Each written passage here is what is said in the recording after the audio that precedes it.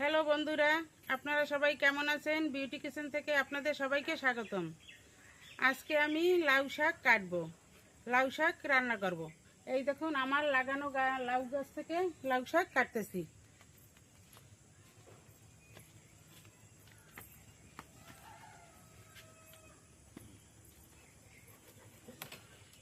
এই দেখুন লাউ শাকের ডগাগুলো কেটে দিলাম। এখন আমি এইভাবে নামিয়ে নেব।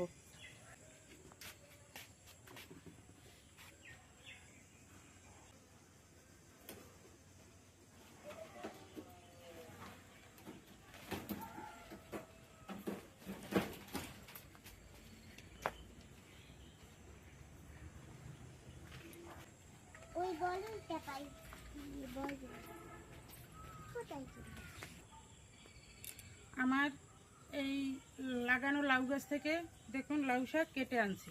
আমি এই লাউ শাক রান্না করব। সেই জন্য লাউ শাকটা কেটে পরিষ্কার করে ধুয়ে এনেছি।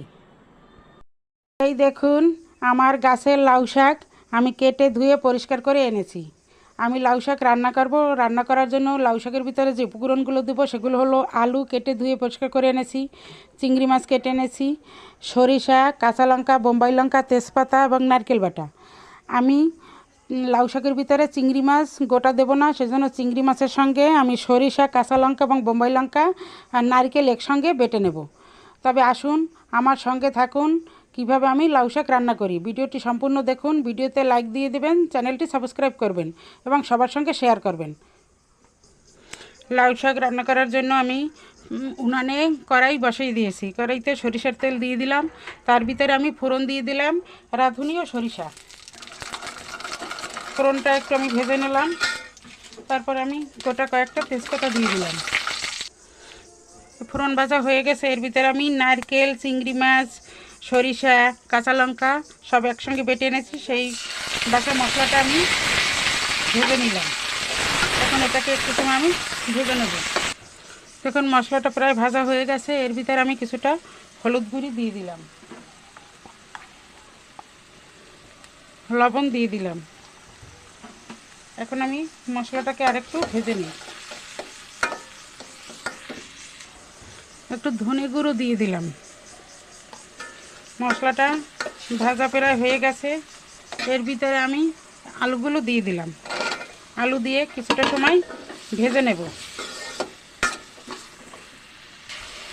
আলুটা ভাজা হয়ে গেছে, এখন আমি এর ভিতরে জল দিয়ে দেব। এই দেখুন এর ভিতরে আমি কিছুটা জল দিয়ে দিলাম।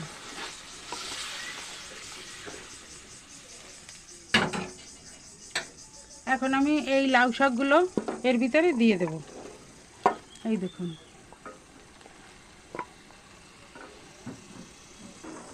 এখন আমি কিছুটা সময় ঢেকে রাখব। লাউ শাকের ঢাকনাটা আমি তুলে নিলাম। এখন আমি একটু নেড়ে চেড়ে আর একটু সময় ঢেকে রাখবো। আর কিছুটা সময় ঢেকে রাখবো। আমি লাউ শাকের ঢাকনাটা তুলে নিলাম। এর ভিতরে আমি কিছুটা জিরার গুঁড়ো দিয়ে দিলাম আর কিছুটা চিনি দিয়ে দিলাম। আপনারা প্রয়োজন মনে করলে চিনি দিতেও পারেন, নাও দিতে পারেন। একটু মিষ্টি স্বাদের জন্য আমি কিছুটা চিনি দিয়ে দিলাম। এখন আমি নেড়ে চেড়ে এটাকে একটু মিশিয়ে নেব। লাউ শাক রান্না হয়ে গেছে, আমি একটি পাত্রে নামিয়ে নেব। আমি একটি প্লেটে দেখুন লাউ শাকটা ঢেলে নিচ্ছি।